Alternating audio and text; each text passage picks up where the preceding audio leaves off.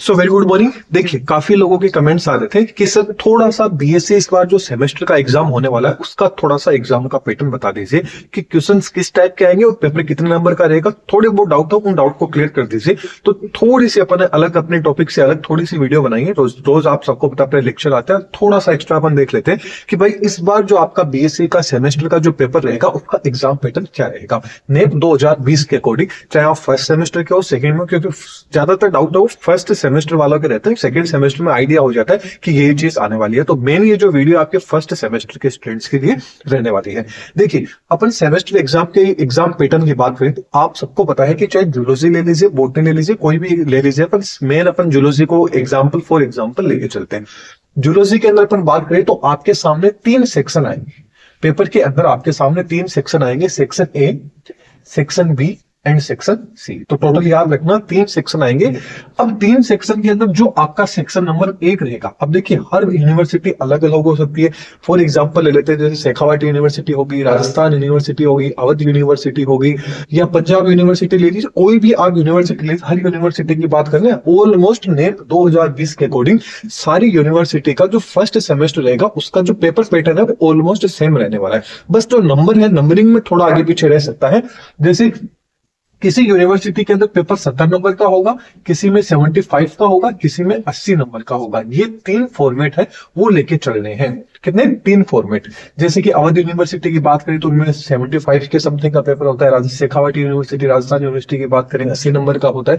कुछ यूनिवर्सिटी और हो गई पंजाब वगैरह, इनके अंदर क्या हो जाता है आपको 70 नंबर का पेपर है वो देखने को मिल जाएगा। तो एग्जाम्पल मैंने क्या है कि 70, 75 एंड 80 ये 4 सेक्शन के अंदर आपके पेपर आ सकते हैं। वैसे पेपर मेन कितना होगा? 100 नंबर का।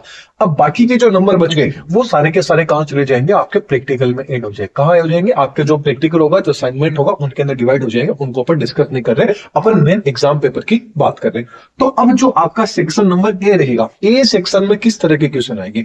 याद रखना ए सेक्शन में हमेशा शॉर्ट नोट वाले क्वेश्चन आते हैं, 1-1 नंबर। देखिए कुछ यूनिवर्सिटी के अंदर तो ये ए सेक्शन रहता है, 1 नंबर के क्वेश्चन आ जाते हैं। कुछ यूनिवर्सिटी में ये 2 नंबर का आ जाता है, कुछ यूनिवर्सिटी में जो ए सेक्शन रहता है 3 नंबर का आ जाता है। 1 नंबर का 2 नंबर के क्वेश्चन आ सकते हैं, 3-3 नंबर के साथ में क्वेश्चन आ सकते हैं। 1 नंबर का क्वेश्चन आ गया, मान लीजिए ए सेक्शन में हमेशा छोटे वाले क्वेश्चन आएंगे। लास्ट मान लीजिए 1 से लेकर 3 नंबर तक के क्वेश्चन ही आपको देखने को मिलेंगे। 1-1 नंबर का क्वेश्चन आ जाता है, 2-2 नंबर के आ सकते हैं, 3-3 नंबर के आ सकते हैं। उस अकॉर्डिंग ए सेक्शन आपका कंप्लीट हो जाएगा। अब जो आपका सी बी वाला सेक्शन रहेगा, और याद रखना ए सेक्शन करना हमेशा कंपलसरी होता है, जरूरी होता है। टोटल आपको कितने क्वेश्चन करने होते हैं एग्जाम के अंदर? 5 के समथिंग क्वेश्चन करने होते हैं। तो क्योंकि टोटल 10 क्वेश्चन आते हैं, 10 में से आपको 5 क्वेश्चन करने होते हैं। तो ये क्वेश्चन जो फर्स्ट नंबर का रहेगा ये तो करना सभी को क्या रहता है? कंपलसरी रहता है, शॉर्ट नोट वाले।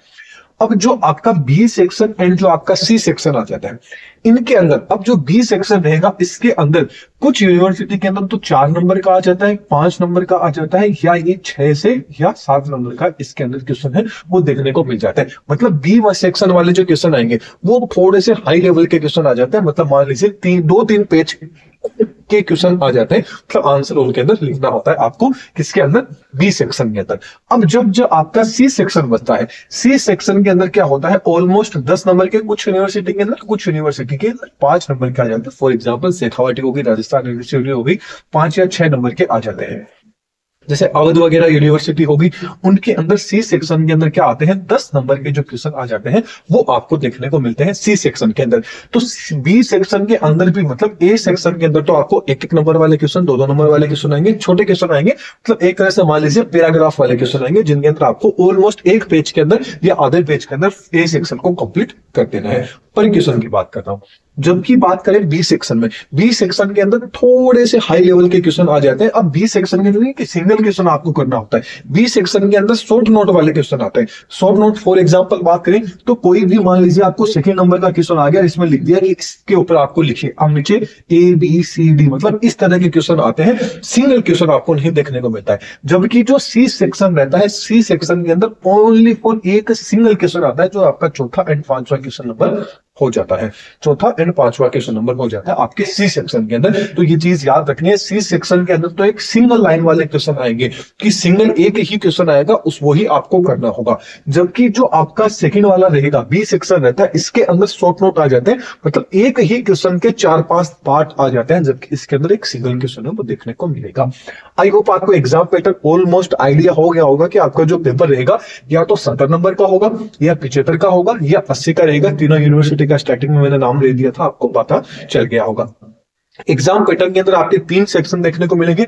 फर्स्ट सेक्शन, ए सेक्शन तो करना कंपलसरी होता है, बी एंड सी के अंदर से एक एक क्वेश्चन हो जाता है, एंड इसके अलावा आगे आगे पीछे आप जो भी क्वेश्चन है तो आप आगे कर सकते हैं। वो आपकी यूनिवर्सिटी के अंदर जब आपके सामने पेपर आएगा, जब आपके सामने पेपर आएगा, उस पेपर के फ्रंट पेज के ऊपर पूरी की पूरी जो इंस्ट्रक्शन होगी वो लिखी रहेगी कि कौन सा क्वेश्चन कितने नंबर का होगा, कौन सा क्वेश्चन करना कंपलसरी होता है। तो आप एक बार एग्जाम से पहले उन इंस्ट्रक्शन को भी पढ़ लीजिएगा जिस टाइम आपके सामने पेपर आएंगे। तो आई होप आपको पता चल गया होगा कि पेपर पैटर्न क्या रहने वाला है। मेन आपको जो फोकस है वो शॉर्ट नोट वाले क्वेश्चन है, वो थोड़े से क्या रहते हैं यहाँ पे, ये रहते हैं क्योंकि शॉर्ट नोट का पूरा ओवरऑल जो आपका सिलेबस रहेगा उसके अंदर से शॉर्ट नोट आ जाते हैं। जबकि जो बीसी सेक्शन रहेंगे, ये जब आप यूनिट्स पढ़ते हैं उन यूनिट में डिवाइड हो जाता है, तो एक आइडिया हो जाता है कि हाँ भाई ये चीजें पर पढ़ लेते हैं।